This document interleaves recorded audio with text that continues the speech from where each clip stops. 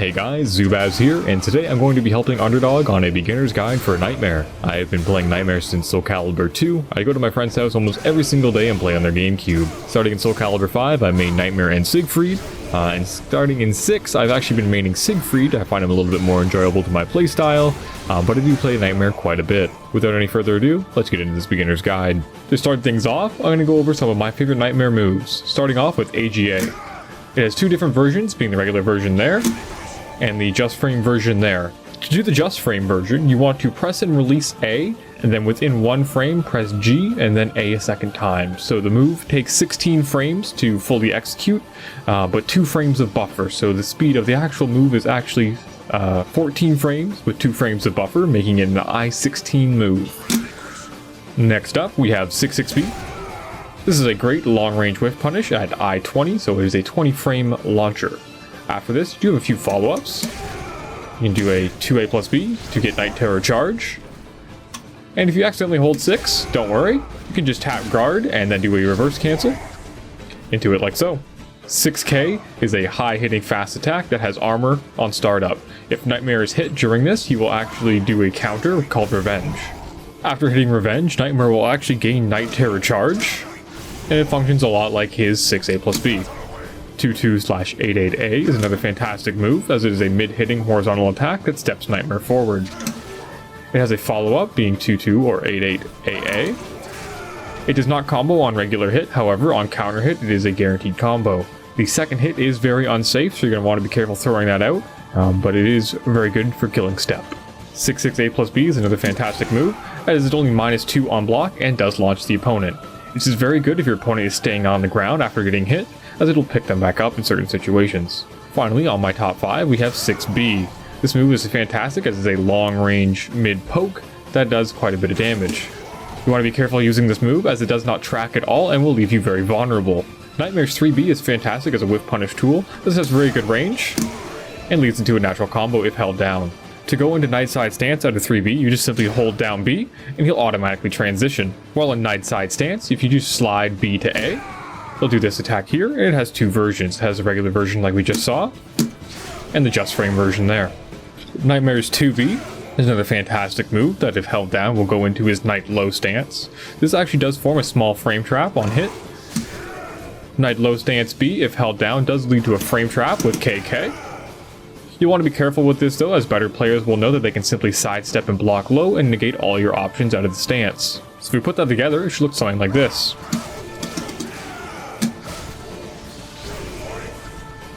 Another way to go into this mix-up is to do 1-1B, leading to another frame trap. 66A plus B does with a few follow-ups.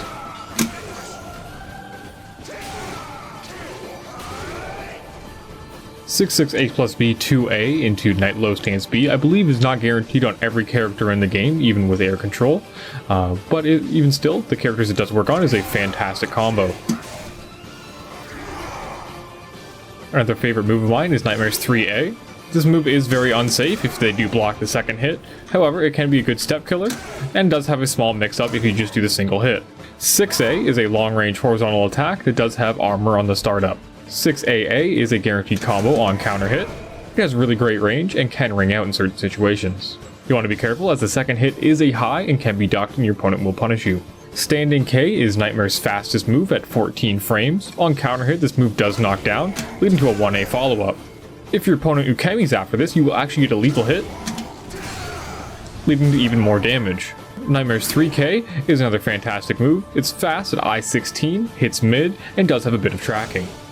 Nightmare's 4K is a great combo ender, as it combos into itself with 4KK, leading to Soul Charge, or does have a mix-up if your opponent blocks the first hit into 6KB. 4KB will combo even on regular hit.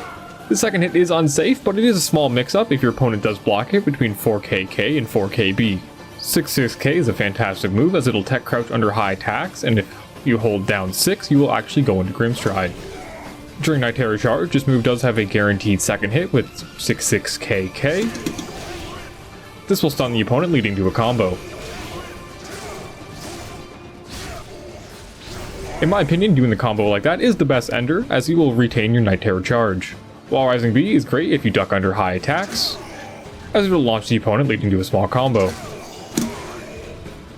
You can actually mix up Wall Rising B by doing Flapjack, which is done by doing 2 and throw, or you can do 1A plus G for the back version.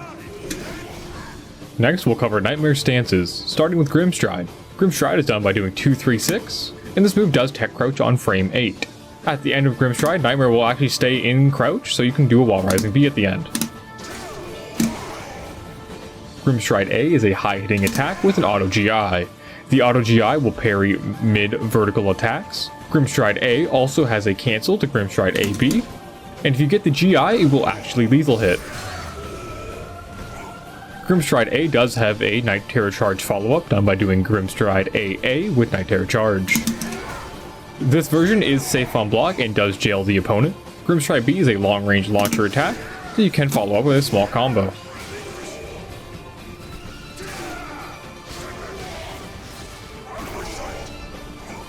Grimstride K is a mid-hitting kick attack that will stun the opponent even on regular hit. Grimstride K also hits on the ground, but I would advise against using this move unless you have Night Terror Charge, but it is very unsafe. With Night Terror Charge, you can do Grimstride KK, that'll actually pick the opponent up off the ground and replenish your Night Terror Charge. Grimstride KK is a pseudo jail on block, as it does allow your opponent to get hit, but they cannot do anything to counter it. Finally, we have Grimstride A plus B. This can only be done with Night Terror Charge, but it is a fantastic move. Similarly to Grimstride K and Grimstride KK, this move will hit on the ground and even pick up. Grimstride A plus B is safe on block, but can be GI'd on the second hit. Night Low Stance is done by simply pressing B plus K on the controller. Night Low Stance B has two versions. It has a regular version, and it has the held down version. The held down will transfer him into Night Behind Stance. If you hold down Night Low Stance B into Night Behind Stance and you mash kick as hard as you can actually get a small combo. You can actually time that, but I find it much easier just to mash your heart out. Night Low Stance KK is a mid-high kick attack that can pick the opponent up off the ground. Night Low Stance K can also wall splat the opponent, leading to a small combo, and even sometimes combo resets. Night Low Stance A is a low-hitting horizontal sweep. It does not hit grounded, but it can throw the opponent off. If held down, it does stance transition into Nightside Stance. Finally, we have Night Low Stance and A plus B. Again, like in the Grimstride, it can only be done with Night Terror Charge. This is a very slow move, but does do a lot of damage and guard damage. It does have one kind of special trick that hopefully doesn't get patched out, but I'll show that in just a second. If done near a wall, it actually leads into a guaranteed Wall Rising K. If you're in Soul Charge and do this, you can actually get a full combo.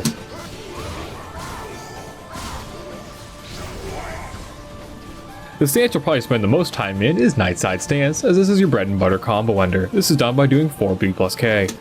Nightside Stance B is a mid-hitting launcher attack that has a simple follow-up. If you are feeling up to the challenge, you can actually do something a little bit more technical and go for the ring out. Nightside Stance K is a fast, high-hitting attack that will knock down on regular hit, and on a counter hit will actually stun the opponent, leading to a 2A plus B follow-up. Nightside Stance A is a slow, mid-hitting horizontal attack that if held down will continue him into Nightside Stance. If done at tip range and you hold down to continue into Nightside Stance, you can actually do a B-Slide A in combo. Now this is only guaranteed at tip range, and at closer ranges it will not hit. As I just mentioned, we do have B-Slide A, and this has two versions just like AGA. If you're in Night Terror Charge and hit B after doing a B-Slide A, you will actually use a secondary follow-up attack. A new addition to SoulCalibur 6 is A-Slide B. This is a long-range vertical attack that has a lethal hit if the opponent whiffs. If held down, this move does go into Night Behind Stance. Like all of Nightmare stances, this stance has an A plus B move only in Night Terror Charge. This is a two-hitting mid-attack that does guard break. Finally, we have Night Behind Stance. This is done by doing 6B plus K. When done in neutral, this will actually dash Nightmare forward. Night Behind Stance B is a mid-hitting vertical attack that does launch the opponent. Night Behind Stance KK is a mid-high attack that is used as a combo extension. If you are stuck in this stance, it may be a good option, but more advanced players will know that they can simply duck the second hit. Night Behind Stance A is a low sweeping attack that does knock down the opponent. Night Behind Stance A plus B, like all its other Stance A plus Bs, can only be done with Night Terror Charge and does have a GI at the beginning of the move. Okay guys, let's put together what we learned and do some basic bread and butter combos.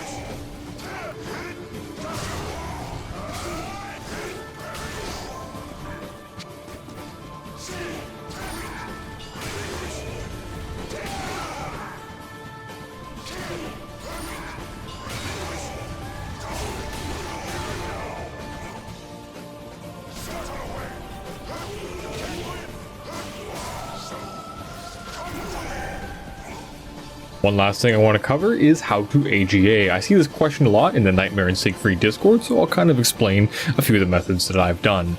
I'm currently playing on hitbox, but I used to be a pad player, so the way I would do it when I played on pad is I would do A to G with my thumb, and then hit left bumper, which at the time was A plus G, which is grab. Now yours may be B plus G, which is reversal edge, but I would recommend switching it to that, so that way if you do mess up, you at least get a grab. You could also do a custom control scheme, so that way when you miss it, you just simply get A. On hitbox, you do have a bit of a cheat. You can use your right index finger to do A slide G, and then with your left index finger, you can just hit A a second time. There are two versions of AGA. There is the regular version, and the just frame version.